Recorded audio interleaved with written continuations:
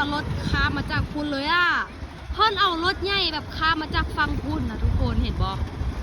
ไม่ไผ่เดินทางมาผ่านเส้นทางนี้จะต้องได้เอารถข้ามแบบนี้ทุกคันอีดีและเจ้าก็ต้องได้แบบว่ารถข้ามทุกคันเพราะว่าจะเป็นรถจักรหรือว่ารถใหญ่เมื่อนี้เฮาจะเอารถข้ามทุกคนรถของพ่อลุงกับรถของอีพ่อครับ2 คันเนาะข้าม2 คันข้ามได้ป่ะเบาะ2 คันนี้สิข้ามได้ว่ะคิดว่าน่าจะได้เด็กมีผู้บ่าวเลยนะนี่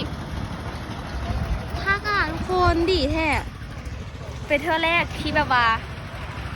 ได้เห็นแบบนี้เลยแบบว่าที่ได้ขึ้นรถได้ดีเพราะได้สัมผัสอีกนั่นแหละเป็นเธอแรกที่ดีทุกคนว้าวโอ้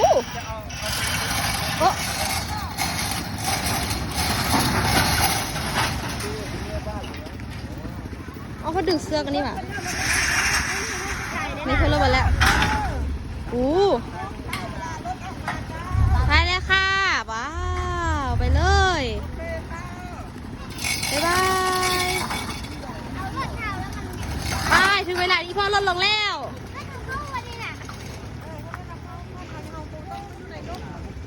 ไทเกอร์มาพี่ไทเกอร์มาพี่อะพี่ไทเกอร์มาพี่เขาจะเอาข้ามมาทุกคนเขาจะเอารถขึ้นเรือแล้วเขาก็จะอยู่ข้างๆเรือโคตรเตี้ยเบิ้งเด้อไม่เข็ดเหรอเอาขี่เรือไปเขาจะได้ขี่เรืออีกแล้วน้องดีใจป่ะยังไม่เคยขี่ดีใจไหมคะเอาไอ้ตุ๊กเมื่อกี้2 คนนั้นเล่นน้ำคุณไม่เห็นเลยว่าเขาขี่อย่างนั้นเขากับตัวแรกเขาขี่ไปดินเดโอ้เหือจักอันเดียวเนาะข้ามได้สวยไหมโอ้บอกกันใหญ่พลุง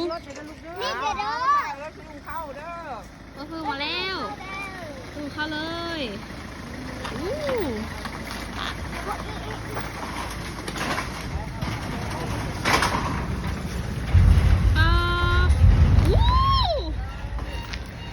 รถอีพอแล้ว